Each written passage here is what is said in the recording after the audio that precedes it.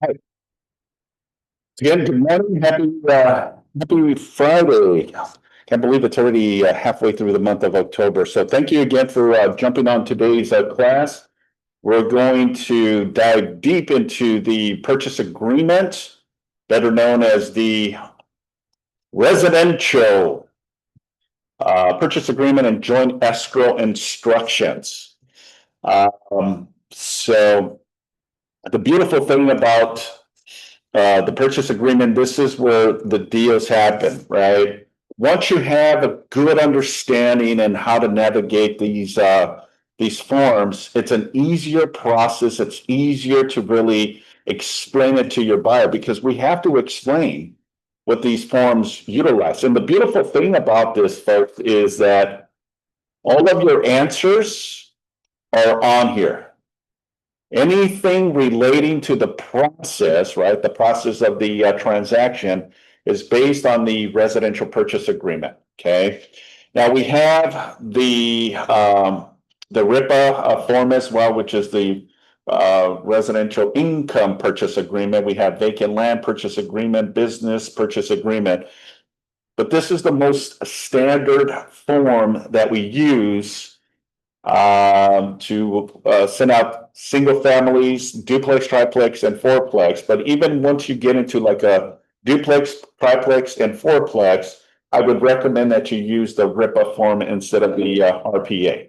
This one is more for single families, condominiums, townhomes of that nature. Okay. So I had an interesting conversation with Carl, and I'll explain it as we go, but it was based on a lot of the documents have where it says date it. It'll say date it, right? And on the date, I was always under the impression it always meant the date of preparation. Well, the reason I had to speak with Carligo was because someone had mentioned, no, it's based on the acceptance date. I go, I don't think it's based on the acceptance date when it comes to these documents, and I'll explain it. Let's see if I can give you kind of an idea of what I'm talking about. Let's see here.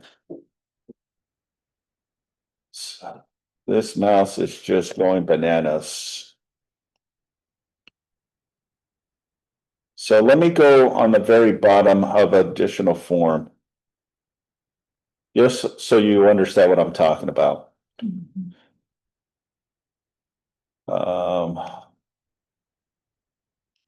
It's more like and I don't know if any of these documents, no, they're not going to have it. All right, but what I'll do is I'll go and I'll show you what I mean after the fact. So let's just go back here for now. So the date of preparation is the date that you create this form, right? This is when you start. It doesn't necessarily mean is when the offer is going to be submitted. It's the time that you start preparing the form itself, okay? So that's the date of that preparation. For this example today, I just put that it's today, October 17th, okay? This is an offer from, that's going to be who you are representing as the client. Okay, very self-explanatory. It's the buyer's information, right? So if it's a name, or if it's a entity, or if it's a corporation, then that information is going to be on that first section. The property, okay. The next is the property is to be inquired. So this is the physical address that needs to be placed on here, right? This is the address that you're going to put as the offer, right? When you're looking at the MLS, you're going to put the address of the property that your clients are going to be submitting an offer. Pretty self-explanatory, right? City, county, and I apologize, I should have said County of Los Angeles, not necessarily Torrance. So let me go ahead and say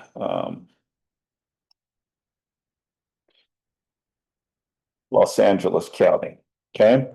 Zip code and also the parcel number, right? This is basically like a social security.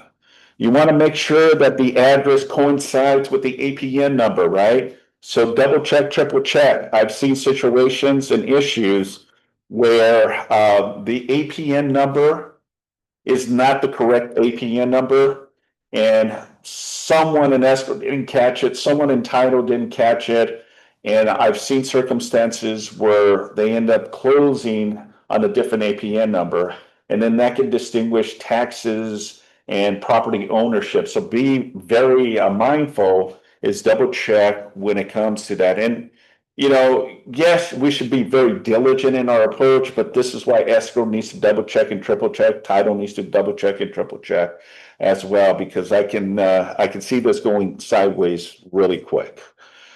All right, so postal mailing address may be different from the city jurisdictions. Buyers advised to investigate, right? So let me give you an example, and this is why it's very important, right? You live, or the property is in a unincorporated area. All right, let's just say the city of Whittier, right? And I use this because I know the city of Whittier. City of Whittier has an incorporated area as well, which is now part of the LA County. But the PO, the post office, is used for the Whittier. Now, the jurisdiction is a little bit different because, one, it's a different agency that patrols and the fire department. Whereas the city of Whittier has their own Whittier Police Department, as an example, fire department, and they have their own government agency as well, right? They have their own government. Now, there's also a section of the unincorporated part of Whittier. And that incorporated part of Whittier is now patrolled by the LA County Sheriff's Department, the LA County Fire Department, and now that is now part of the Council of the County of Los Angeles. So it's a different jurisdiction, even though it's the address of the city of Whittier. So that's where this disclaimer goes into play. Section C goes into the terms of the purchase agreement are specified below on the following pages. Okay, so this is now the specifics, the meat and potatoes of everything that involves this contract. Okay, next is the most important element to everything that we do is the agency agreement, right? This is your duty, your responsibility, the buyer's duties, the buyer's responsibility, the seller, and also the listing agent's duties and responsibility. This is why we have this disclosure.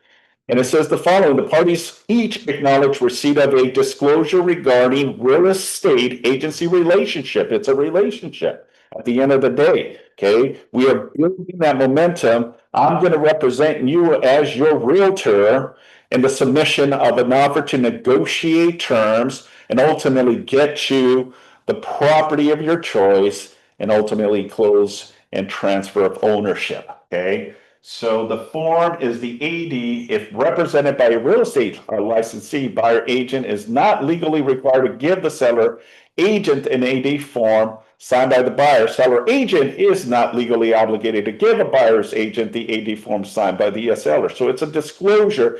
Now with all of the changes of a what do you call it? Non-represented client, right? So you may be submitting an offer that a seller may not have a realtor, or vice versa. You may receive an offer, right, that a buyer may not have representation. They may just be representing themselves through this initial process. With all the changes that have transpired from last year, that is the situation. Confirmation is basically section B, is the confirmation of who is representing, right? So in this instance here, the seller is represented by Keller Williams, okay, the agent's information, and then the buyer's information, or the buyer's agent, is ABC Realty. It's the corporate license, your license, the corporate license, and your license. Okay, so all of this information is public information. If you don't know, you can go to the hub, and then on the hub, you'll be able to see the information of the license of the corporation, and more so, the information of yours too, if you tend to forget, because I know sometimes I ask people, what's your license number? You should know it like your social security. Do you know your driver's license? You should know your driver's license. So it's the DRE as well. I believe we should also memorize that as well. Okay. Next, it goes into the potential competing buyers and sellers. Because this is a disclaimer and a disclosure that provides full transparency, okay, that I, as a real estate agent, may be representing not just you, but I might be representing another buyer that may be interested in submitting an offer with the same property. Okay. So are we allowed? And the funny thing is, I got a call this past week saying, hey, question, can I represent two buyers who are thinking about making an offer in the same property? I don't want to get myself in trouble. And I says, absolutely. Yeah. Do I need to provide information to each party that I'm representing each and both? Well, it really depends because the form displays that you may be representing another buyer. Now, if it's a direct question, if they ask you, are you representing, then yeah, you must. But if they're not asking, you don't have to divulge that information because this form, the possible representation of more than one buyer or seller is the form that covers that disclaimer that allows you to represent not just one, but multiple buyers on this property. So not that it's very far and few and rare that happens, but let's just say you get two people that are interested in working with you and also submitting an offer on the same property. Okay. So you got to distinguish one from the other, right? It's kind of similar to like dual agency, right? You represent the seller and you also represent the buyer. That considers now as a dual agency. You got to be on that fine line navigating this transaction with the intent that you cannot divulge much information because you're supposed to be that neutral in taking care of your client's best interest, right? So you got to be careful what you do, what you say in order to be able to navigate it because I've seen, and Steve can testify to this, it's very difficult, challenging, and can be very stressful because if you represent both parties and it goes sideways, it's a tough cookie to to navigate that because now they see, well, you're not really looking at our best interest, you're looking at the seller or vice versa. So you got to know how to navigate that. So I always believe it's best to have that arm's length transaction, delegate it to someone. If you represent the seller, get someone else to represent the buyer and ask for a referral. That way you're separate. Now you have that shield that you're just protecting the seller. You have another agent that's involved navigating, the transaction with the buyer. But if you do happen to be involved with both, just remember, most agents get themselves in a pickle because they're not really representing both. It's very difficult and sometimes very challenging. So most experienced agents know how to navigate that and it's good. But a new agent, I would say, now get someone else involved. Okay. Next is the grid, okay? The grid is the most beautiful thing that I've seen since all of these revisions, since almost my 29 years in real estate. I like it just because it makes it so much more simplistic to navigate. And the beautiful thing is the paragraphs. Now, before we used to kind of scramble to try.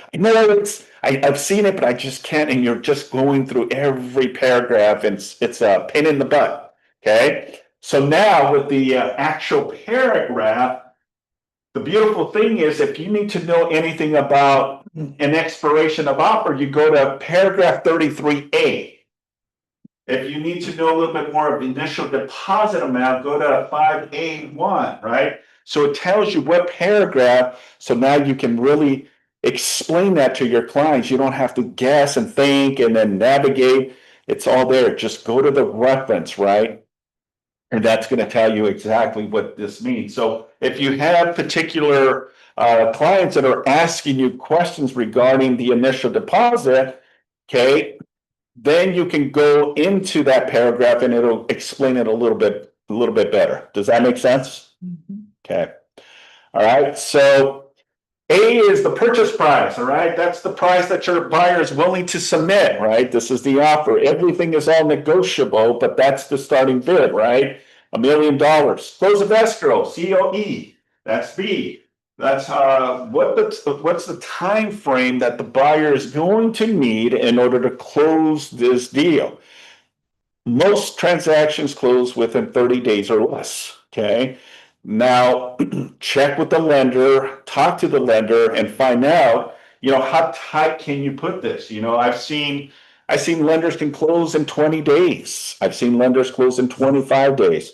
Speak with the lender and get a good sense. Now, the beautiful thing is you have control over this, right? Just because you put originally the 30 days of escrow doesn't mean this can be modified. This can be modified, meaning we may have to extend the time to close, or we may be able to close sooner as well. Even though you have a 30 days, it's all based in communications, paper trails, and ultimately everyone being on the same page, right? The goal is obviously try to close as soon as possible, right? That's what we want, right? We don't want to wait 45 days or 30 days, but it all depends on the situation, right? We're getting now into the holidays, right? So people take off, they go on vacation, they go see family. You have times off.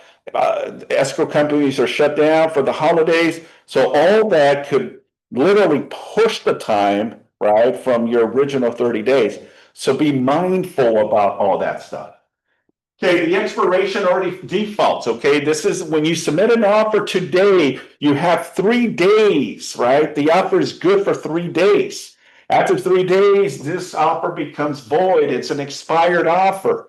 Now, can you revive an offer that has expired? Yes, you can. But that's, again, language that you need to put into the counters to make it revive. But this form after 3 days. Now, you can modify this as well, folks, meaning that you can ask for more time. Maybe your clients are going out of town and they're not going to be able to navigate counter offers and they're asking for additional time, or you want to be aggressive and ask, hey, I need an answer within 24 hours. Otherwise, we're going to go with another offer too. It may be where you're submitting multiple offers, right? When you're submitting multiple offers, you need a tight offer. We don't have time for 3 days. We need to know which one, because it may be like a 1031 exchange, and we need to get an offer accepted like immediately. So you may tie up this and say instead of 3 days, we need 24, 48 hours. Okay. The initial deposit. Okay. The initial deposit, it all really depends on what the seller and the buyer come to an agreement.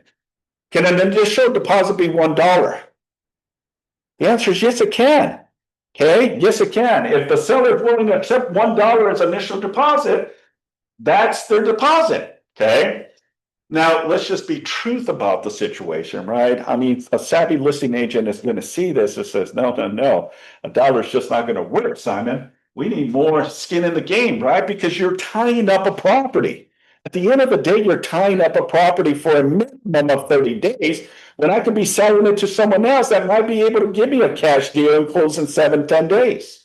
So this is why the buyer has some skin in the game, and this is why they created an initial deposit, just like anything, right? Let's say you're out somewhere and you find something in the store, or you'll put it like on I don't even know if there's layaways anymore. I don't think there is, right? Stuff's okay, yeah. I remember as a kid, Mom putting stuff, all kinds of clothes for us on layaway. She didn't have the immediate money to pay, but she would make payments on it, and all that stuff. Yeah. But I've seen situations where on the weekends, and then I happen to go, and not that I'm going in yard sales, but I see a yard sale and I see something and I go, oh my gosh, I want that, but I don't have any cash. So what I'll do is, hey, I like to purchase this. I have to go run to the bank. Can I put a $5, $10, $20 deposit on hold, right? While you run back and go to the ATM and all that. So it's kind of the same situation, right? You're tying up, we're just looking at more numbers, right? So the greater the deposit, the more serious the seller's going to take you that you're a serious buyer, right? So when you see a number that is, 30,000, 25,000, it tells me this is a motivated buyer that wants to really tie up the property, right? Wants the property. The maximum that a seller can obtain with liquidated damages is up to 3% of the sales price. Okay, so if this property is $1 million, 3% would be $30,000 that the seller may be able, as liquidated damages and the buyer breach of contract, the seller may be able to go up to $30,000 of damages, right? Caveat all that. There is, and if you don't mind sharing, Steve, what is that caveat? The caveat is that for the exception is that if the buyer is not intending to purchase that property as his primary residence, right, such as an investor, then there is no maximum on the liquidated damages. It's whatever the initial deposit and any increased deposit is. So if it happened to be 8% that the buyer ended up submitting between initial deposit and or any additional deposit, and the buyer then were to breach without having any contractual reason, then that buyer can and under the liquidated damages lose 8%. Yeah, whatever it is actually paid. That's right. So be careful on saying the maximum one can lose is 3% if your buyer happens to be an investor. Right. Okay, because if you end up saying that and they put more and they lose more and they relied on you stating that can get you into trouble. 100%. And we'll dive deep on paragraph 5A, where it explains the breakdown of how that works as well. All right, section D2 goes into increased deposit. Okay, so if you do check this, then it'll populate the form increased deposit, the IDA form. What is an increased deposit? Okay, so the increased deposit is, let's say that they're putting, I don't know, $10,000, but they check that they're willing to increase that deposit at a later date. So for now, we're considering you to accept our offer based on a $10,000 deposit with the intent that in a couple weeks, we will now have the means to put the additional funds to maximize, as an example, where they say, I only want to put 30,000, right? So yes, Steve. Let me give you an example as to if you're working with a buyer. And can they hear me on Zoom? Yeah, I got the mic. That a great example would be, for instance, if you're working with a buyer who is going to intend to own or occupy, and you talked about the 3%, but these first-time buyers are just really nervous. They've never written out, let's say it's $1 million property. They've never written out a $15,000, $15,000 or $30,000 check in their life. Okay, so at that point you could say, I'll tell you what, I recommend, for the deposit to be 3% in order to be competitive. Why don't we consider writing the initial offer with a $15,000 deposit, 1.5% of $1 million. And then upon approval of your home investigation, if you're all happy, then within 2 days upon signing off on that, you put as the additional deposit another $15,000 to equate to $30,000. Right. And that's where, as an example, where an increased deposit can be an effective strategy to be able to be used as well. Yeah, absolutely. Talking to on the microphone of the Zoom. Oh, really? Okay. Yeah. All right, so maybe I need to put it a little bit out. So thank you, people on Zoom. All right, so thanks, Steve, for sharing. Yeah, absolutely. So the beautiful thing about the increase is you may not have the means to put, but you're aggressively still wanting to buy the property. So in a few weeks, you may have, maybe you're waiting to close on your current property, right? And you may not have the means, but as soon as you close on your property, all of the seller's proceeds will be in your account. That now gives you the opportunity to increase that deposit. So that's where this document comes into play. Section E1 goes into the loan amount, okay? So the loan amount, how you do the arithmetic is based on what the down payment you're gonna put, right? So if you're gonna put 5%, 3.5%, 15%, 10%, or even 20 or more will dictate how the purchase price number and the total should match, right? Based on the loan amount. And it's very simple math, folks, okay? So how you calculate this is that, let's just say that $1 million and you're putting 20%. So what is 20% of $1 million? Anyone? That's 200,000, okay? So 200,000. So how you do it is you're gonna put here is the loan amount of 800,000. Okay, so as soon as you put 800,000, it should now populate the percentage here, 80%. Okay, so now as a listing agent, I know, okay, they're putting 20% down. They're financing 80% and they're putting 20% down. So with the $1 million price point, their initial 30,000 deposit, the buyer would have to come in with the difference of $170,000. You see where I'm going with this?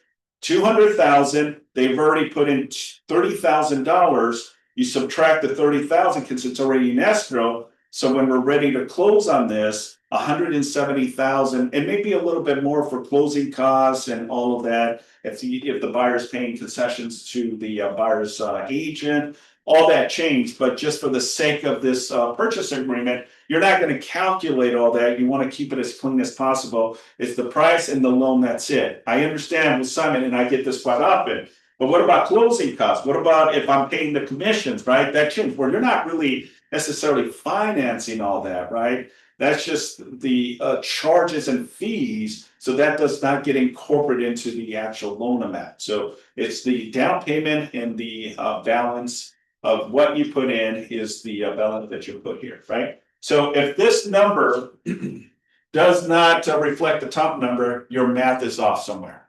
All right, you may have to redo it again. Okay, so all right. One question, Yes. can buyer pay the initial deposit straight to the seller? Can the buyer pay the initial deposit to the seller? The answer is yes, they can, okay, but I wouldn't encourage that. This is why we have a third-party escrow. Because remember, it's a mutual agreement between a buyer. So if I'm the buyer, Steve is the seller, I can make a deal and not have agents. We could just open escrow and I could say, look, I'm gonna give the money directly to Steve as my initial deposit. It's not going to escrow, I'm gonna give it to him. It's perfectly fine, but I wouldn't recommend it. Because if something happens, the deal doesn't go through, you don't end up buying it, or we don't have clean title, it's gonna be hard for me to now get my money where a third party escrow, right? A hold placer it's not gonna release the money until we have mutual agreement. You never want to, but can you? The answer is yes. But I would never do that. This is why you want security by having an escrow company that will ultimately release it to the party that is entitled, but it has to be mutually agreed. They're not just going to release it to the seller or release it back to the buyer. It has to be mutually agreed by both parties. And you would do that under very rare circumstances if in the event your buyer is willing to forfeit that deposit money to that seller, regardless of what happens in the transaction, sometimes as inducement, okay, of been able to take my contingent offer on the sale of my home in order to buy your property, I'm gonna offer you my deposit straight out, and I'll forfeit it if in the event I can't close escrow, okay, as even though I'm willing, I want you to accept my buyer's offer contingent, okay? You're dangling the carrot to the point of, yeah, you're gonna get rewarded by the deposit amount if you were to take my offer. Okay, but you want to make sure if you're that buyer's agent representing that buyer, that that your buyer understands what in the world that really means. Okay, you know, so do it very, very carefully, Yeah, and probably talk to Simon before you end up doing that. yeah. Okay, So, yeah, so this is the reason we want to have a escrow company, because they're basically safe having the deposit. And they're not automatically gonna be releasing that money. So let's say that the buyer does breach the contract, right? And buyer released all contingencies and now defaults. That doesn't automatically mean that the seller will get that money immediately. It has to still be an agreed upon. And that's why the mediation, arbitration, and liquidated damage provision coincides together, because it gives specific instructions to escrow and the process, right? Because if I have a disagreement regarding the initial process, I can literally say, I disagree with this, even though I release all contingencies, right? That's the beautiful thing, and that's also not the most beautiful thing as well. It's kind of a two-edged sword here, is that it can go either way, right? It's not always set in stone, black and white, you know. So it's a good thing, but it's also a bad thing, right? Because you know, you'll get the arguments, it's like, well, the buyer breached the contract, the buyer did not perform. Why can I? Well, it's just one of those. If we have to escalate it now to a mediation to make it doable for you to get that deposit. So it's one of those situations that, you know, can be a little bit complicated as well. And you know, we just don't want. That's why you want to make sure you're constantly in communications with everyone and make sure you understand how the process works as well. Yeah, some developer are going to do that one. Pardon me? Some developer, when they want to buy something, they are going to do that one. Do what? Some developer. I was in one process, I had an offer, one developer came and started to. yeah, they do it as inducement. They do it as an inducement, absolutely. All right, the next section is the interest rates not to exceed. So you can be very savvy and put, you know, points and percentage, right? So a good real estate agent on the other side representing the seller will probably counter this, because if you're too specific, right? If you leave it blank, then let's say the rates go to 10%. That's not a good reason to back out of the deal. But if you do put not to exceed 5.5% or 6%, and the rates end up going higher, then that can be a loophole for you to exit, because now it's over the expectations that you felt comfortable with the monthly payments. Does that make sense? But a reasonable spread. Yeah. Okay. So, and then that also includes points, right? I don't know why they put points here, I but don't know. it's just like if a lender charges you more than 1 point, then that gives you an avenue to back out of the deal. So buyer to pay up to 1 point to obtain the rate above, right? So it really depends. The other section is the you know, the type. It's already defaulted to a conventional offer. But if it's anything other than a conventional offer, then if it's FHA, VA, seller financing, other would be like a hard money loan, is where you would check and put hard money financing, right? Because I hear this quite often. It's a cash deal. Well, it's not really a cash deal if it's a hard money loan. You still got to go through the venting process. You still got to get qualified for a hard money loan. They're not just going to give you the hard money loan. So When you do as a catch, which a cash deal, I get the reason behind it is to really sell the seller that you're not going to have any issues, right? But what you're actually doing is just releasing the loan contingency. That's really what it is on that cash offer. So if you don't qualify for the hard money loan, right, then you can't say that you backed out because a good listing agent will have you release the loan contingency as part of the parameter. Well, wait a minute, it was a hard money loan, but yeah, you checked cashed offer. And then I had you sign off on the loan contingency that is not contingent, right? So you got to play and be very careful on the pros and cons and how that works. Section E goes into the additional financing, right? So if it's a second loan, let's say you're getting, not that we see that much on it, but let's say it's an 80 loan and a 20% and you're going 100%. Most of like your VA loans may have, or these special government loans may have, or 100% finance, where they'll finance, the first deed of trust and then a second deed of trust, then you can use the additional financing. Or if the seller is going to be carrying the note too as well, right? Where you buy the property for $1 million and the seller is willing to carry another $100,000 because the price is $1.1 million, as an example, right? Then obviously the price is going to be $1 million, then what you're going to put as a down payment, and then that the seller will carry that $100,000 with a balloon payment payable in say 5 years or 7 years from now. Either the buyer would have to refinance the property or negotiate terms if the property value does not go up.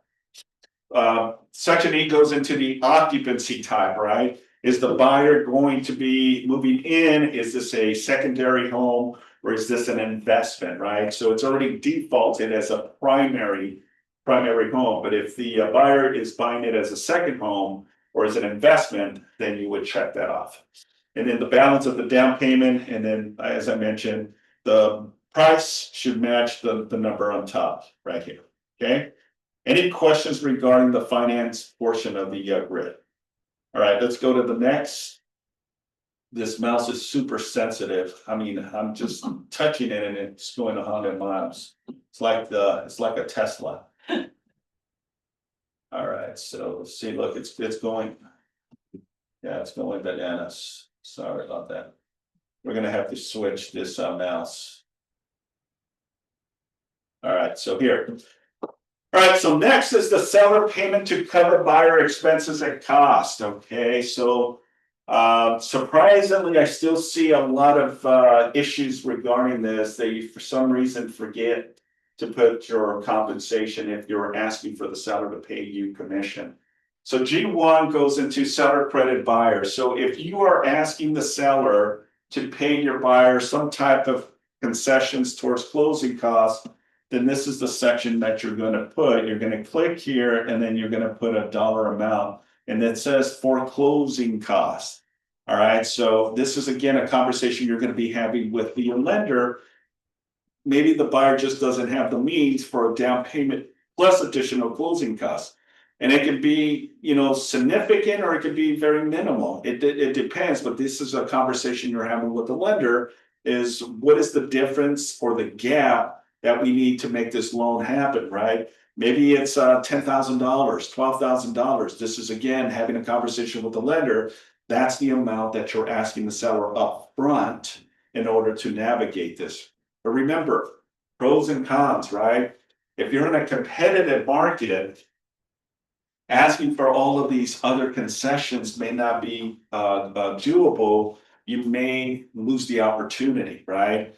But right now, because it is a buyer's market, guess what? I'm seeing some crazy terms that are favorable to the buyers. So you may be asking for concessions because the seller needs to sell. Property has been on the market for quite some time.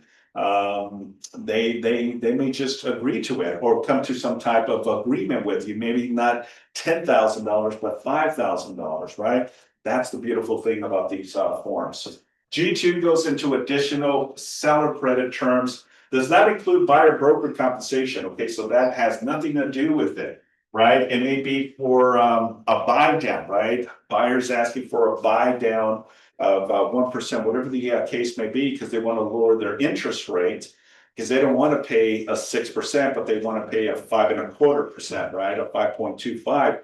So they may need that additional 1% to make this happen, and they may ask the sellers for that. Remember, the seller has the equity on the property, right? And if they're really seriously wanting to sell and they don't have any other offers, they may just take your offer with all of the terms favorable to your buyer. The next one is the most important one, folks. This is your paragraph, okay? This is G3. And then G3 goes into paragraph 18A and 2 and 3.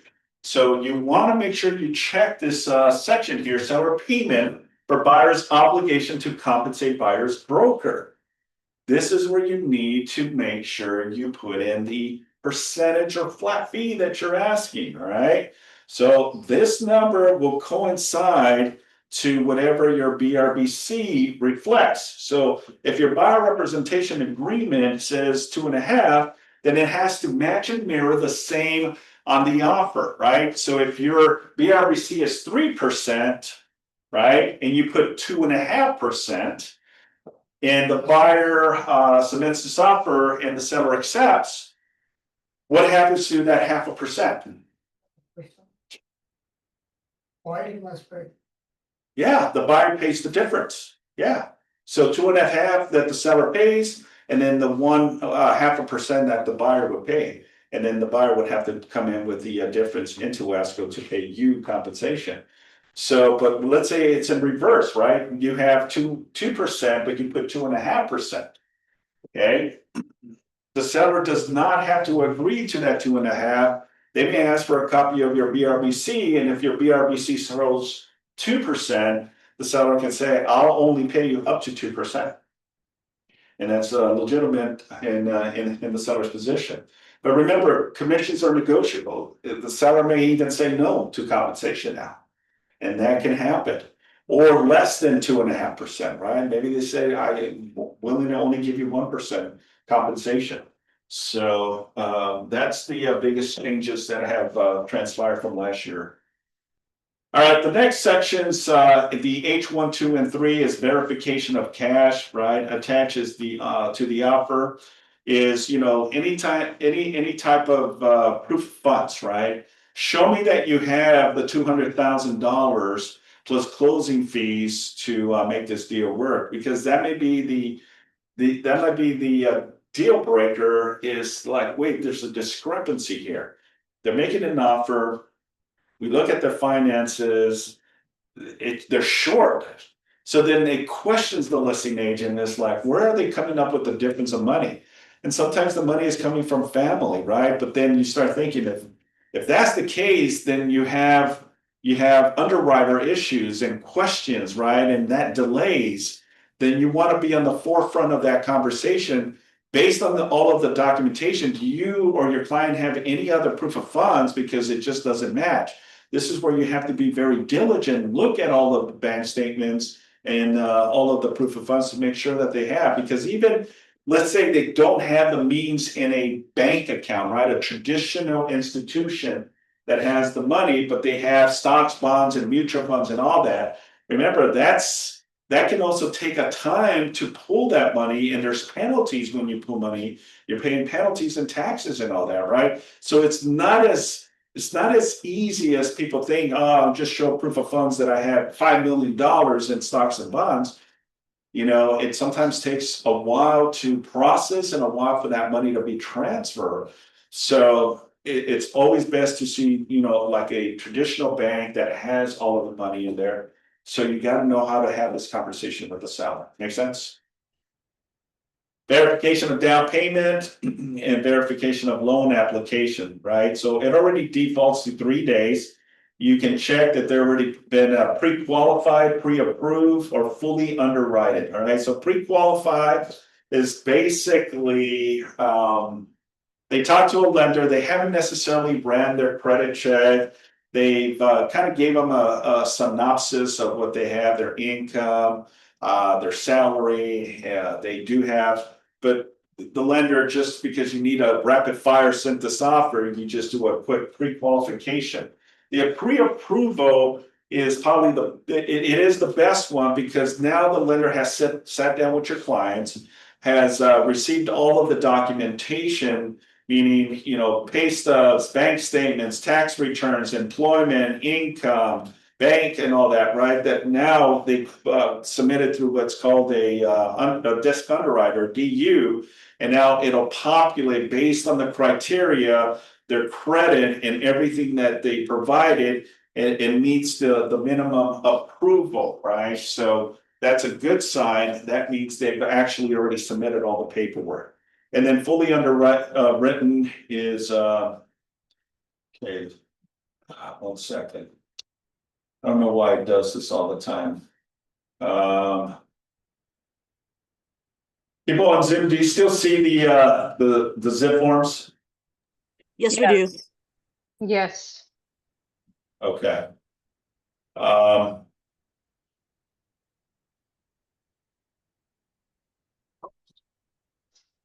Do you still see it moving? Yes. Okay. All right, so I think we're okay, because last time I had to reset again. All right, so the next section is final verification of condition, is your final walkthrough. 5 days prior to the deal closing, the buyer has the right to do a final inspection of the property. Now, this is not a contingent of the close of sale, it's basically telling the buyer, hey, I just want to make sure that if the seller did any request of repairs, that the seller has completed those repairs and that the property is still in the same condition that that they originally submitted an offer, right? So let's say that the grass was green and on final verification, the grass is brown, right?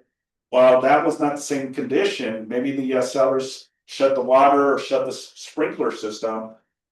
You're going to document that as part of your VP, right? Because that's not how you had it. The seller still has to maintain the property till the very end until we actually officially record and transfer ownership, right? So that's why the final verification is to make sure that the property is still in the same condition. It hasn't been modified. There's no additional damages. They didn't take things that you believe that should have been attached to the property, right? So that's the time to kind of negotiate and make sure that everyone is on the same page, because that can allow you the time to delay the process and say, look, we have some issues here. This is why you want to do it as soon as practical, right? Don't wait the day before recording. Do it a minimum of 5 days, which allows you. So if you're closing on the 30th of October, right? On the 25th, you should be doing your final verification, right? Make sure that the sellers are actually moving, the tenants are moving too, so it gives you peace of mind that it's going to be a smooth transition into the exchange of keys. Assignment request K23, okay? All offers are assignable, okay? So this is one thing that has changed tremendously from previous purchase agreements. But on paragraph 23, it talks about assignment requests, right? So 17 days. So you have 17 days to assign it to your trust or to your entity. If it's an S Corp, C Corp, or LLC, it has to be done within 17 days. It is considered a contingency as part of the parameter, right? Now, the question I get quite often is, Simon, what if it's a wholesaler that tied up the property and now is wholesaling it to another buyer, right? Another buyer. If I remember correctly, it still has to be, I believe it still has to be approved by the seller. I'll check when we go in that section, because if it's going to be assigned to a whole different buyer that ultimately is going to close, it still has to be approved by the seller. And there's a specific language in a form that you include as part of the assignment that says, full transparency, if you're a wholesaler, what is the spread that you're going to be making as the difference, right? So if I tied up for $1 million, I get a wholesaler a fee out of it, right? And I sell it to an end user and I sell it to the end user for $1,030,000, I'm making a spread of $30,000. The end user is gonna buy it for 1.30 million. Then the seller needs to know that, right? If he's gonna allow or they're gonna allow the assignment. The next is the fun part is the contingencies, right? Most of the contingencies default to 17 days. Your loan, your appraiser, your investigation of property, informational access to the property, insurance, review of seller's documents, preliminary title report, common interest disclosures, review of lease and liens, and all of the fun stuff. So everything defaults to 17 days, but you can also modify this as well. Meaning you can add or you can take from the contingencies. If you want an aggressive and you want your clients to get the property and it's a very competitive house or market, you may want to tighten up those contingencies. Instead of saying 17 days, we can do our loans in 15, 12 days, right? Or release the contingency. Maybe the buyer has the cash, but is asking for a loan, but if we have to pivot to make this work, they may just say we can go in cash. Then they're not going to be too worried if they put a 10-day contingency period.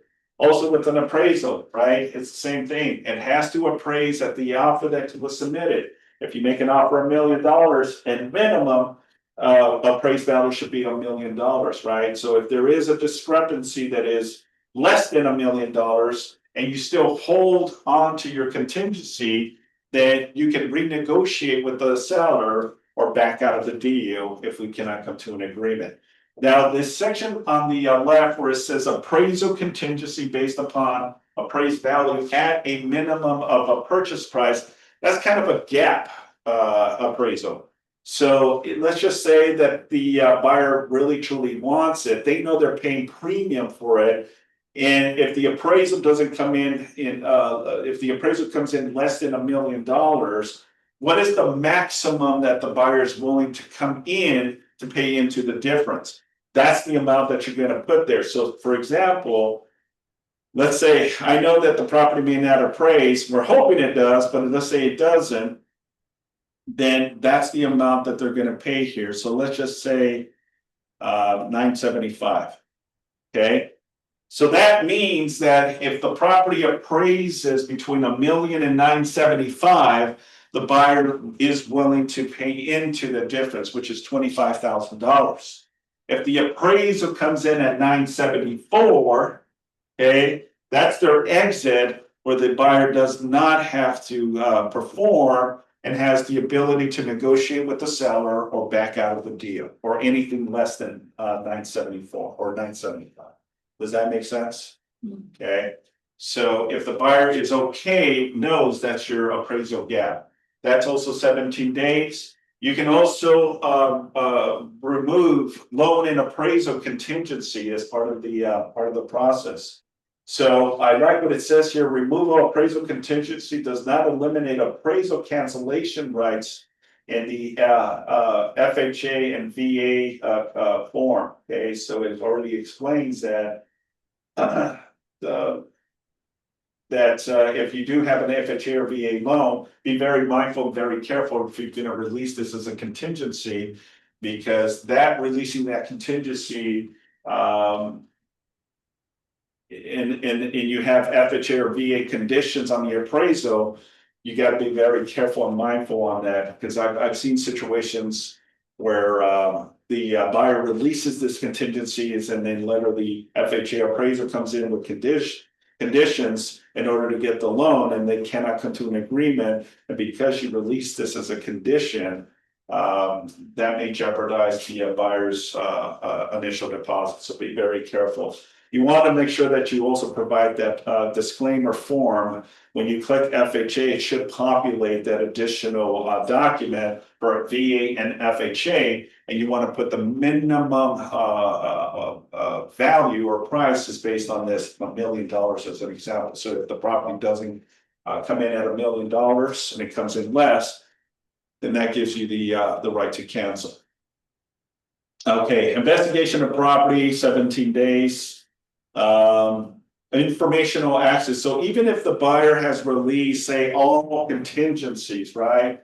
And part of the contingencies, the only thing that they want to have is still access to the property, right? So it says buyer right to access the property for informational purposes is not considered a contingency, does not create a cancellation right, and applies even if the contingency is removed. So what that means is you cannot refuse a buyer from doing their due diligence, even though they released the condition as part of their required process and protection, they still have the right to do their inspection or access to the property, right? Maybe they want to get their contractor to do some measurements. Maybe they're looking at knocking out some wall. Maybe they're looking to extend or add square footage.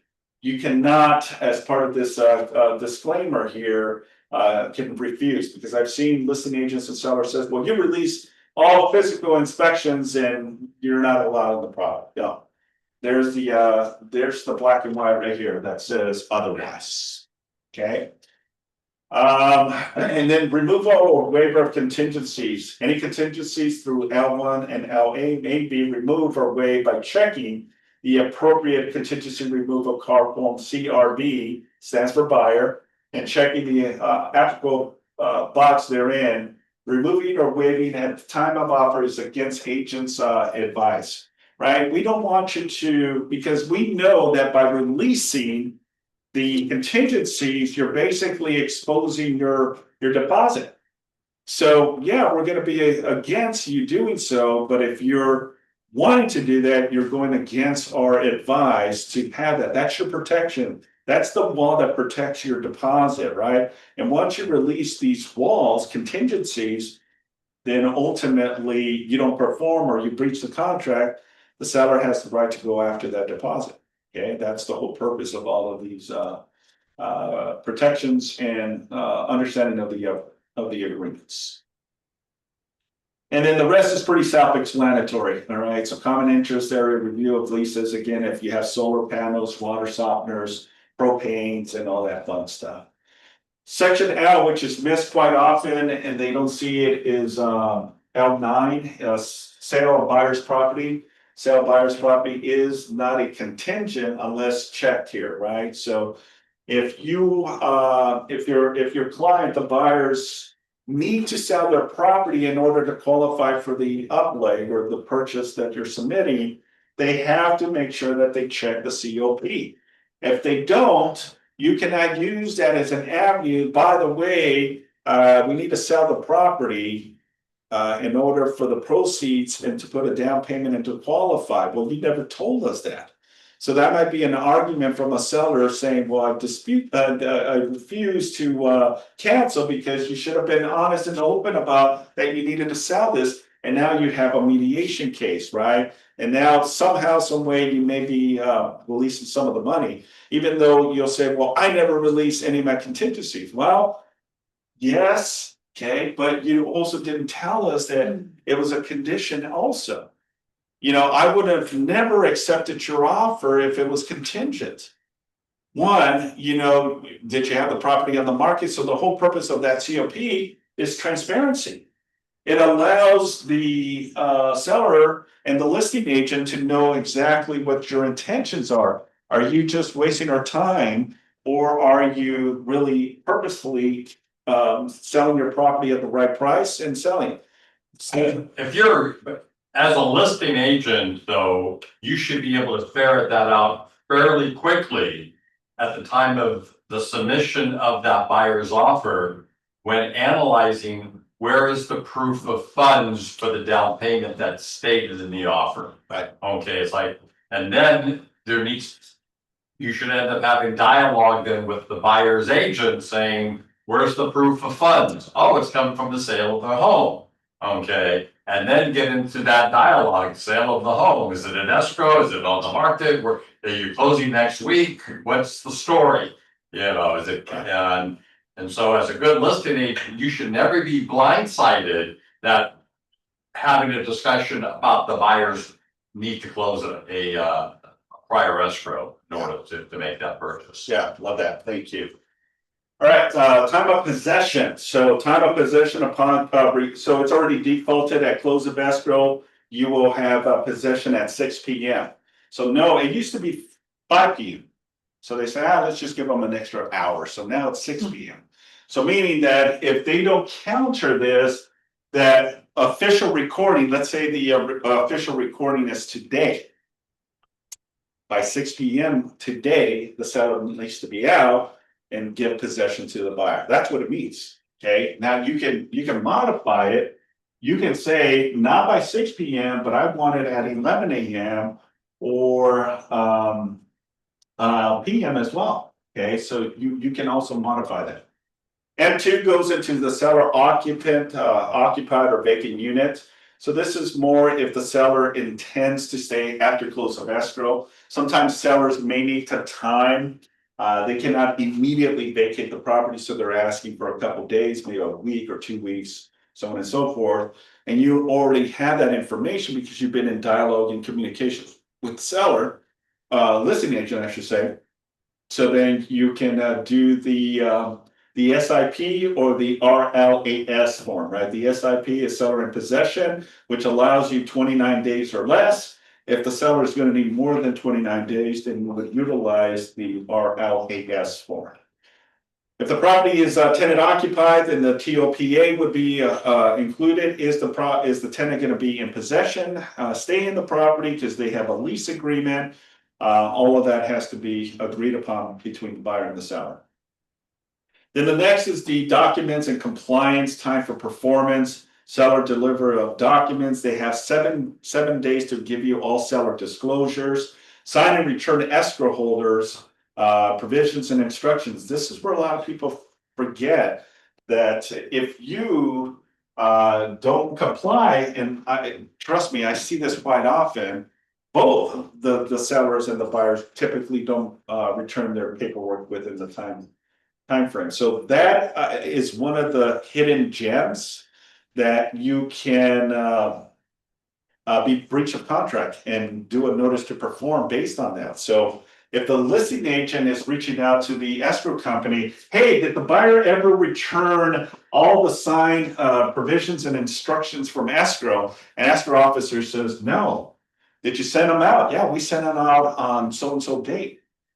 You can now send a notice to perform if you need to get out. That's one of those little hidden gems that a lot of agents don't know, that you can cancel with the buyer, and if they don't perform within the 48 hours, then the seller has the right to cancel. Okay, so just be mindful of that. So these are all notice to perform, right? That's why it says time of performance. 7 days for seller's delivery. So if you're the buyer, you don't receive documentation within that 7 days, you can send the seller a notice to perform, and if they don't perform, you may be able to back out of the deal.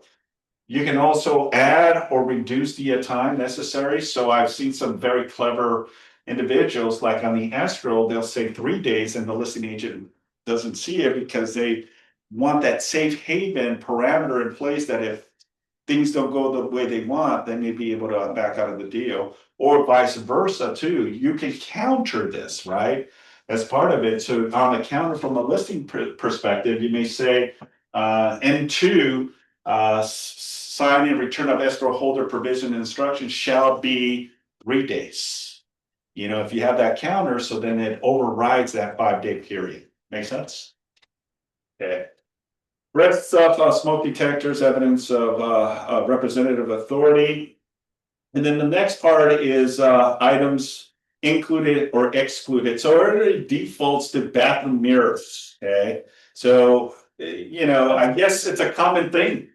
People take mirrors. I don't know why, but they must be taking mirrors. So the California Association of Realtors says we're going to put this as a default that the bathroom mirrors, unless excluded, needs to be with the property. I consider mirrors to be part of the real property, right? Just like the ceilings, right, and the lighting. So, but if there's something specific that the buyer is requesting, then you would put it as part of the agreement. So stoves, refrigerators, wine, washer dryers, whatever the case may be. All right, I know we're cutting it short and I apologize. If you need to go, by all means, this is being recorded, so you can always go back and reference it. The next is the allocation of cost. All right, so these are, what the buyer, what the seller, who's gonna pay what, and stuff of that nature. So natural hazard typically is paid by the seller. You can include environmental if you like as part of that additional disclosure. Then you want to pick who is the provider, right? So pick a provider. The zip forms already has a list of providers, so you get to pick and choose who you want, or if you have a good relationship with any of the vendors on here, then you could just click on that. Optional wildfire disclosure. So not all properties are, so even if you click that the seller paid, the seller may counter and say, or the listing agent may counter, is that this property does not fall under the wildfire disclosure, right? And how do you find out? Well, most of your natural hazard disclosure reports will tell you if it falls under this. Usually in the hillsides where there's a lot of dry trees and plantations and all that, it's really just a protection from wildfires like we saw early on this year, okay? Q3 is any optional reports that you are requesting for either the buyer or yourself or both to pay. Smoke detector, seller, government, required points of sales. This is where I get a lot of questions too. So typically the seller pays for the smoke detectors, but Q5 and Q6, most cities don't have government required point of sale, what we call inspections, city inspections. Very few. Compton is one that does have. City of Lawndale, I know they have a city inspection where a city employee will go out there, evaluate. The whole purpose is to make sure that the property is in compliance. There's no added square footage without the necessary permits, garage conversions and stuff of that nature. So first, Q5 is who's going to pay for that report? Is it the buyer, is the seller? We usually throw it at the seller to pay for that report. And then once you receive that report, if there's any corrections, that's what Q6 come into play. Government required point of sales, corrective remedies and action. So once you receive this report, who is responsible for the corrections, right? And the corrections can be the seller or the buyer or both, right? A lot of the listing agents will counter that out and delete it because the city may not be involved in this. So they'll say, Q5 and Q6 to be removed from this agreement, something to that nature. Escrow fees, typically buyer fees are different than the seller fees. So you want to pay, click on each to pay their own. And then escrow holder is what I tell agents, and again, this is what I do, is put in your escrow company, right? And I would say, because you never know, it may be an agent that is out of area. And the property is here in the city of Torrance. It may be an advantage where, you may throw it and hope it sticks in the wall, right? And put it, the escrow company and, or seller's choice of service. It's a 50-50 chance, right? It doesn't hurt. But I know most listing agents will want to use their preferred escrow company, but I'm just throwing that out. All right, title insurance typically is paid by the seller. You want to pick the title company, seller's preference or seller's choice. Typically, I think I have, I don't have it here, it's not saved. Buyer's lender title insurance policy that already defaults for the buyer. County, city is typically the seller pays. HOA, preparation and disclosure, seller. HOA certificate fee that's paid by the buyer. And then the HOA transfer fee, this typically the seller. Private transfer fee, very far and few, but this is more like remote areas that have like a gated community that may have additional transfer fees, more like your high end. The San Gabriel Valley, I know pockets where there's like mansions and there is a gated community there. there may be some type of private transfer fees in order to live in those areas. The next is like fees and costs. If you're requesting termite, you know, who's gonna pay? And then the last part is the home warranty. Usually the seller pays. You wanna do a little bit of research. You already have on most of your home warranty companies. You wanna make sure that you do your homework based on the square footage and then what amenities does it have? Does it have an HVAC? Does it have a pool? Right, and you may want that extra coverage, because I know for a fact, it happened to one of our agents. The buyers believe they have the platinum package. And on paper, it had it and it was accepted. Somewhere in the middle of all this, escrow ended up getting the medium tier. And then when there was a pool situation, they go, well, we have the platinum package. No, we only got the medium tier. It's like, wait a minute, and they had a problem, they reached out to the agent brought it to my attention.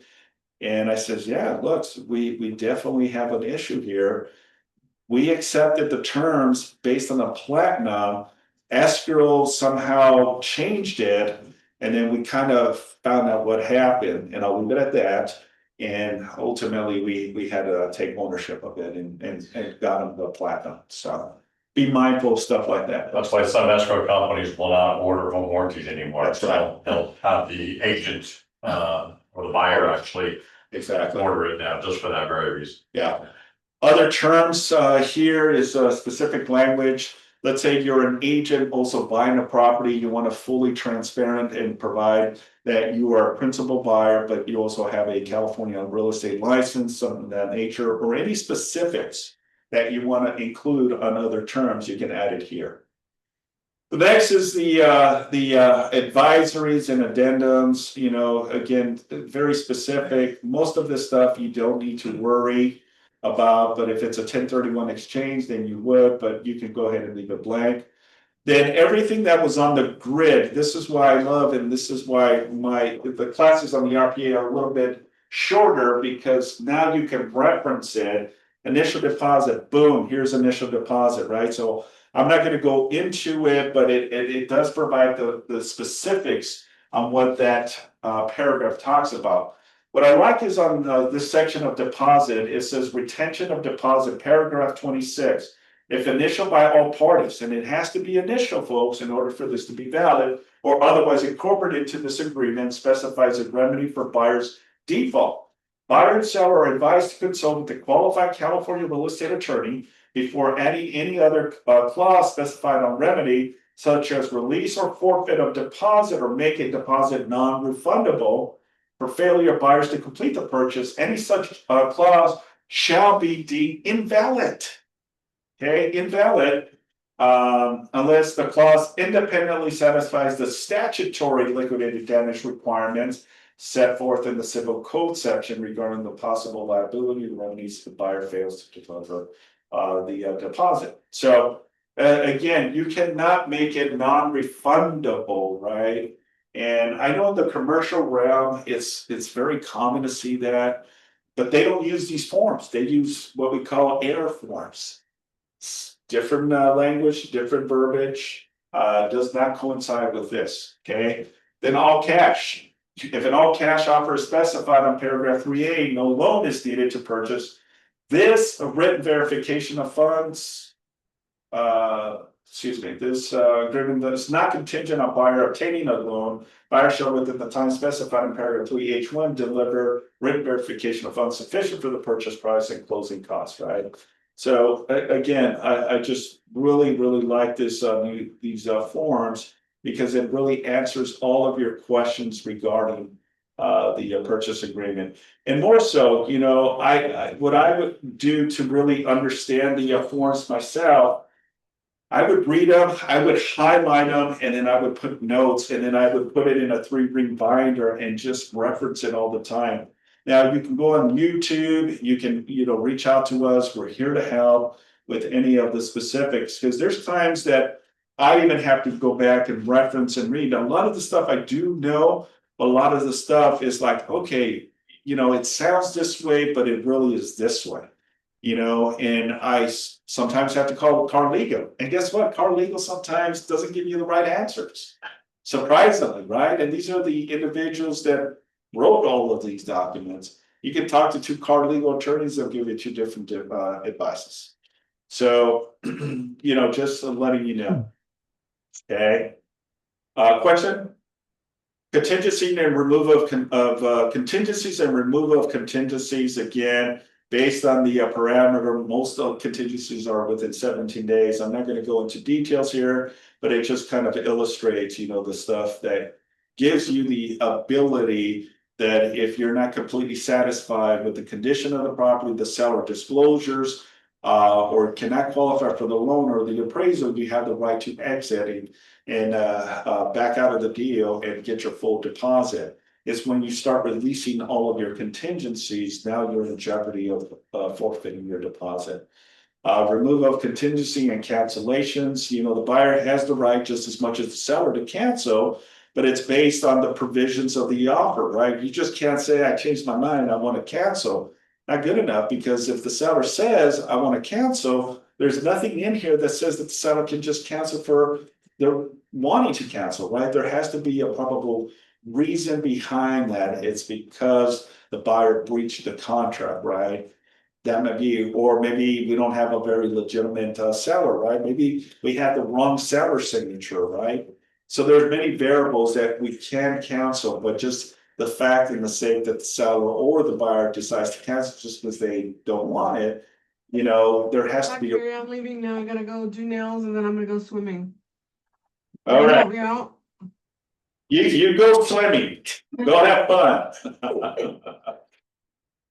Let me mute. Yeah, it's a beautiful day to go swimming for sure. All right, so allocations, which we talked about, point of sale requirements. Again, we talked about the cities and all that fun stuff. Reread them and get a good understanding on how the purchase agreement works. All of the disclosures, the importance of signed copies, right? So if you have a purchase agreement signed by the buyer, they should always have copies of everything they sign. Which I like and I don't like is DocuSign, right? The convenience of DocuSign is as soon as they sign, they also get a copy of what they sign. But the problem with that is they're just clicking away, and to me, that's also a risk involved. I'd rather sit with them and just kind of explain. You can do it over the phone, you can do it via Zoom or in person, so they understand exactly what they're signing right before, or you can send them a copy before they even have it delivered DocuSign, right? Please take a look, and then once you get the blessings and the approval, I'll then send it to you via DocuSign. That might be the other avenue how you can approach it.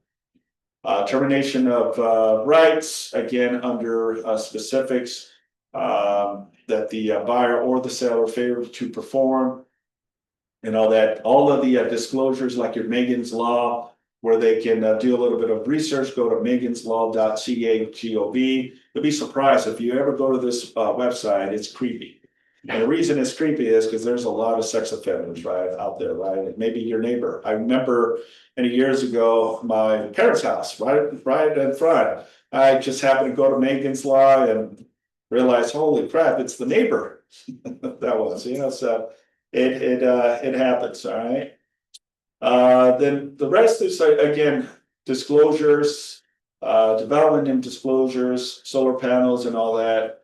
Again, the beautiful thing is if there's a question, reference it, go to the grid, it'll provide you with the paragraph where you can go and get this information. 14AB goes into the contingencies. And what I like about this language here is that if the buyer needs to cancel based on the overall condition of the property, they don't like the property, they have the right to exercise under 14B, and that can be your cancellation provision, right? You can cancel.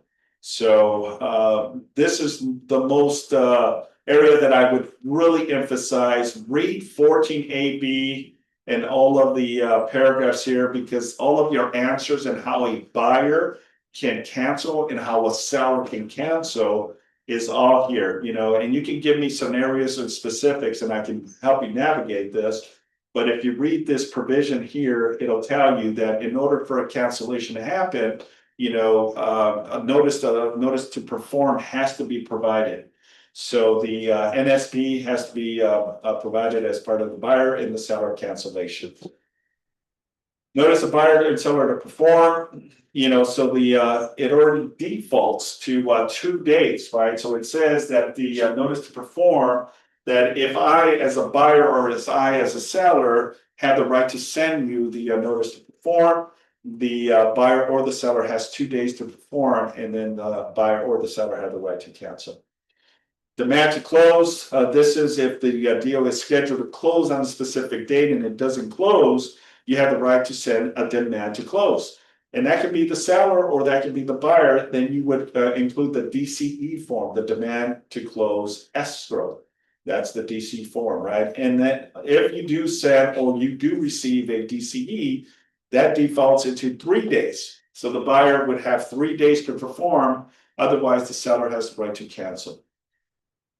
The effect of cancellation of deposit. This is again the civil penalties that if you don't have a really good reason to delay the process of cancellation, and it says here, a party may be subject to civil penalties up to $1,000 to refuse to sign a cancellation in good faith. So if it's in good faith and the seller is being stubborn because you decided that you don't want the property, you meaning the buyer, and the seller's upset at you, and they're delaying and holding the money hostage in escrow, you can reference that, we're going to escalate this, and based on paragraph 14H, you're in breach, and if you don't release and sign the cancellation, I can escalate it into a civil matter and sue you for damages. On top of getting my deposit, which the court will say you and escrow, and you'll get the documentation that'll authorize to overwrite the seller.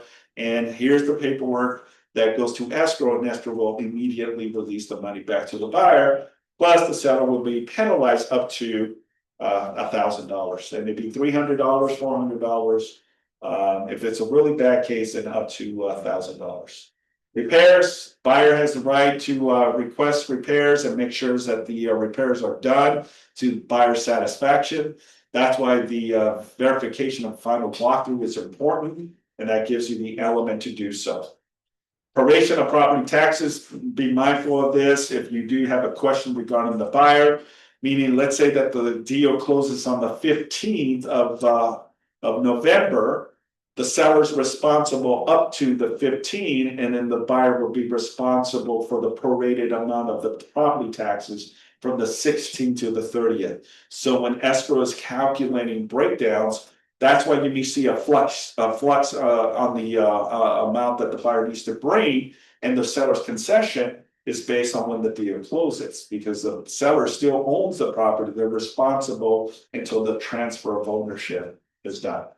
18 goes into compensation, pretty self-explanatory, and it says that you must have a buyer representation agreement, and that it says that if the seller and the listing agent, as part of the negotiation, is asking for a copy, you could, and you also don't have to, but that's also maybe the caveat that you may not get your offer considered because you're not playing by the rules of the seller and the listing agent.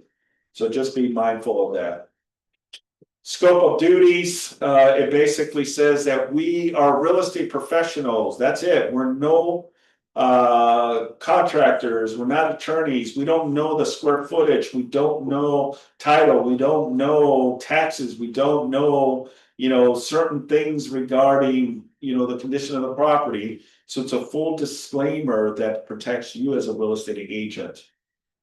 And then escrow instructions, why they have the purchase agreement, and then it says joint escrow instruction is that the escrow company mirrors everything on the purchase agreement as their escrow instructions.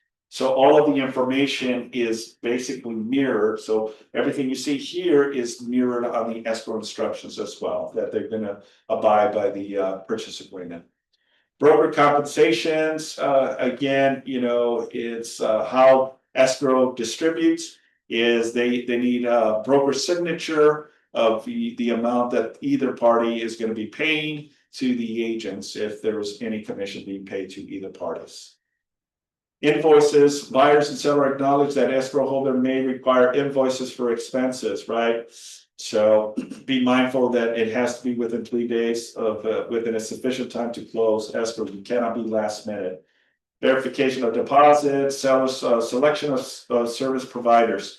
Agents do not guarantee in the performance, so just because you say, hey, use this escrow, use this home inspection company, right? We may not know all of the ins and outs and details. This is why we're putting this as a disclaimer, but also we have a venting process too to protect, because we have history with certain vendors out there that are good and not so good. So it's always good to always check, and that gives you also the peace of mind. The multiple listing service, pretty self-explanatory. Our agents are authorized to report on the MLS when it goes pending, pending closes and stuff of that nature. 22 is attorney fees and costs.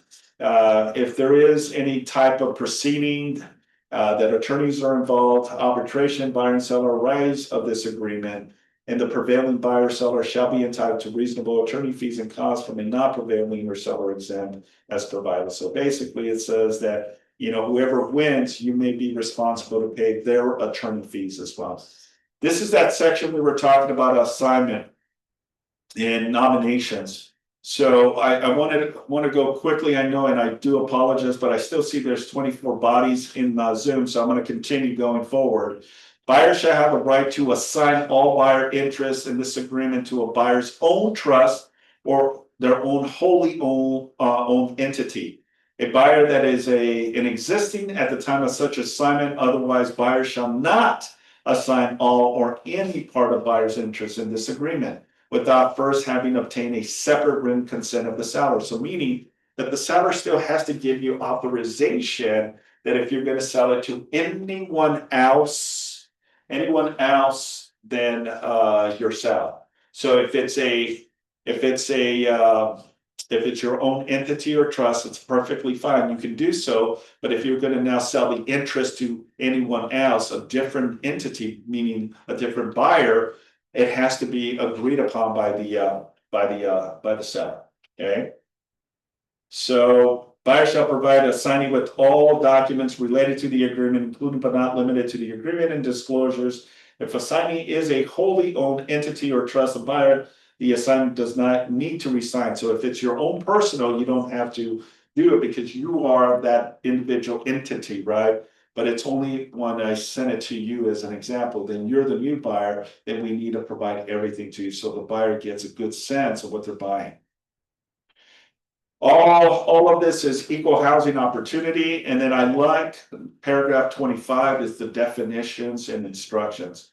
So this is where I really reference a lot of the stuff when I'm talking to agent is acceptance. What does an acceptance means? All right. So an acceptance means is the offer or any final counter offer that is fully executed. I'm going to give you an example. We had an incident that happened this week where it was brought to my attention that the seller changed their mind, that the seller was not going to pay and did not agree to pay $15,000 towards buyer's credit. And I said, well, let me take a look at the purchase agreement. I looked at the purchase agreement, and sure enough, it said $15,000 that the seller was to pay. But then I looked down. The only initials was the buyer. There was no seller initial. So then when I reach out to the agent, I says, hey, I don't see the seller signature here. Do you have a copy of the seller? Well, the seller never signed. Wait a minute. You're saying the seller never signed, but you guys opened escrow? Yeah. I go, wait a minute. How did escrow open when there was not an executed agreement? Well, because we have an counter offer that did the buyer and the seller sign. well, give me a copy of that counter offer. I looked at the counter offer, sure enough, the counter offer does say it is signed by the buyer and the seller. I'll be darned. But the purchase agreement was never signed. And I told the agent, I says, hey, we don't have an executed agreement. You have an agreement that is only signed by the parties on the counteroffer agreeing to the price. But we have commissions, we have seller giving concessions of $15,000 to the buyer. We don't have the seller's signatures there in initial. So I immediately went and spoke with escrow. Escrow says, yeah, we needed to, we were waiting for the agent, which they promised that we would have it in a couple of days, okay? So I think it was just kind of a drop of ball with everyone. Thank goodness it was in our escrow company. Our escrow company would have never done that. They would wait till an executed agreement is in place. But this is why you have to vet different, because this can happen. This can really truly happen. So in essence is make sure that all documents are signed before you even start the initial opening escrow.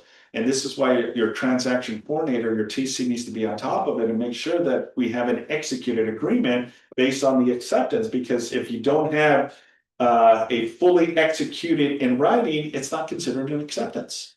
So that was the discrepancy. We ultimately ironed it out. We ultimately were able to get the signatures necessary in order to perform. But yeah, it was a pretty dilemma there. As is, all properties are sold in as is condition, authorization, CAR forms. You want to always make sure you use the most latest forms. Counting days. This is another one that I hear quite often is, calendar days versus business days, right? So all contingency removals are at 11:59 p.m. So when someone says, when is the contingency removed and when do we have cancellation? Well, it's based on the second day at 11:59 p.m. So if I send you a notice to perform and you have 48 hours and I send it today is considered 0 days right here. Okay, today is 0, tomorrow is 1, and then 2, and then Sunday would be 2 days, right? Now, because it falls on a weekend or holiday, then it ultimately reverts to the next calendar day or business days, right? So that's where at 11:59 p.m. So the buyer has up until 11:59 to release that condition, okay? Because after, the seller has the right to cancel. All right, so I urge you to really check and read the definitions: delivery, delivered, and delivery, laws, and all that fun stuff. Okay, Claudia. Yes, I mean, regards to the, I'm confused there on the day. Is it calendar or business days specifically? Yeah, so let me go back. Thank you. And we're supposed to count of days, right? Okay, so count of days says the following: is done as follow unless otherwise agreed. The first day after an event is the first full calendar day. Okay. The event and ending at 11:59 p.m. For example, if a notice to buyer to perform is delivered at 3 p.m. on the 7th calendar day of the month, or an acceptance of a counteroffer is personally received at 12 noon on the 7th calendar day of the month, then the 7th day is considered 0 for the purpose of counting days to the response to the notice to perform. Meaning that if I send it to you today at 7 a.m., 3 in the morning, 3 p.m., 5 p.m., whatever within that 24-hour day of when I send it to you, even if I send it to you at 1 a.m. or 3 in the morning, that is still considered 0 days. Well, Simon, you have a whole day still before. Can we at a later date cancel? No, that is still considered 0 days. So you have to consider the day when you receive a notice to perform as 0 days.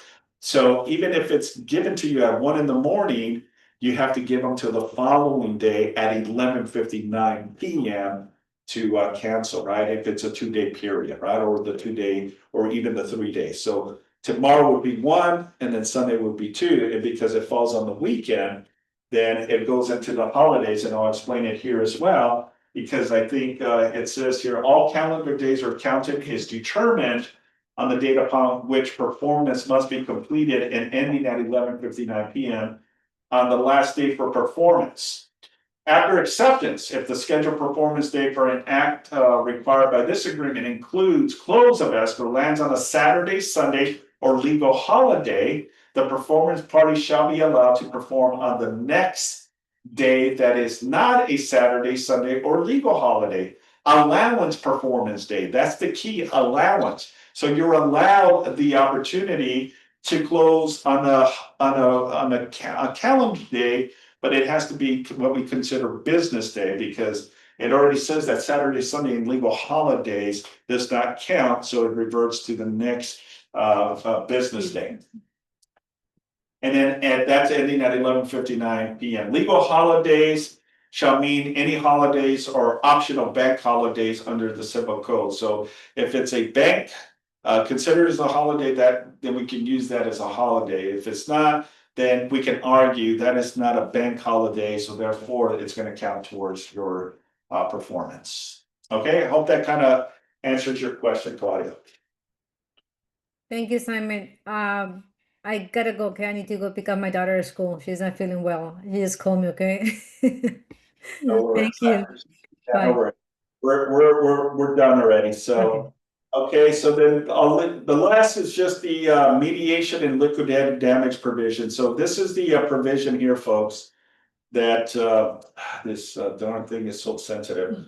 Liquidated damage provision that says if buyer fails to complete the purchase because of buyer's default, seller shall remain as liquidated damage the deposit actually paid if the property is a dwelling with no more than 4 units, one of which the buyer intends to occupy. And this is what Steve was saying earlier. The property in dwelling with no more than 4 units in which the buyer intends to occupy the property retained shall be no more than 3%. Okay, so that means that the seller can only go maximum 3% of liquidated damages if the buyer breaches the contract. Okay, any excess shall be returned to the buyer. Release of funds will require mutual, right? As I mentioned, just because the buyer breached doesn't necessarily mean that escrow is going to release the money to the seller. It still has to be mutually agreed upon. Okay, so it needs to be initial in order for this to take place. And if it's not initial, and you're the listing agent and you see that the buyer did not initial, what can you do? Well, you can counter and say, hey, by the way, I need you to assign the liquidated damage provision, paragraph 26. And if the buyer still refuses to sign, which the buyer has the right not to sign, well, the seller doesn't have to accept this offer. Okay, I'm not going to take the risk. If the buyer is not willing to, take on this provision, then we can just go with another offer. Okay. Mediation is basically if there's a dispute, we can always mediate it. You can go to the consumersmediation.org. You can give this information to the buyer. They can start the initial mediation process. They pay, they get all of the information, and then we can mediate with the seller. That needs to also be signed and executed. Arbitration.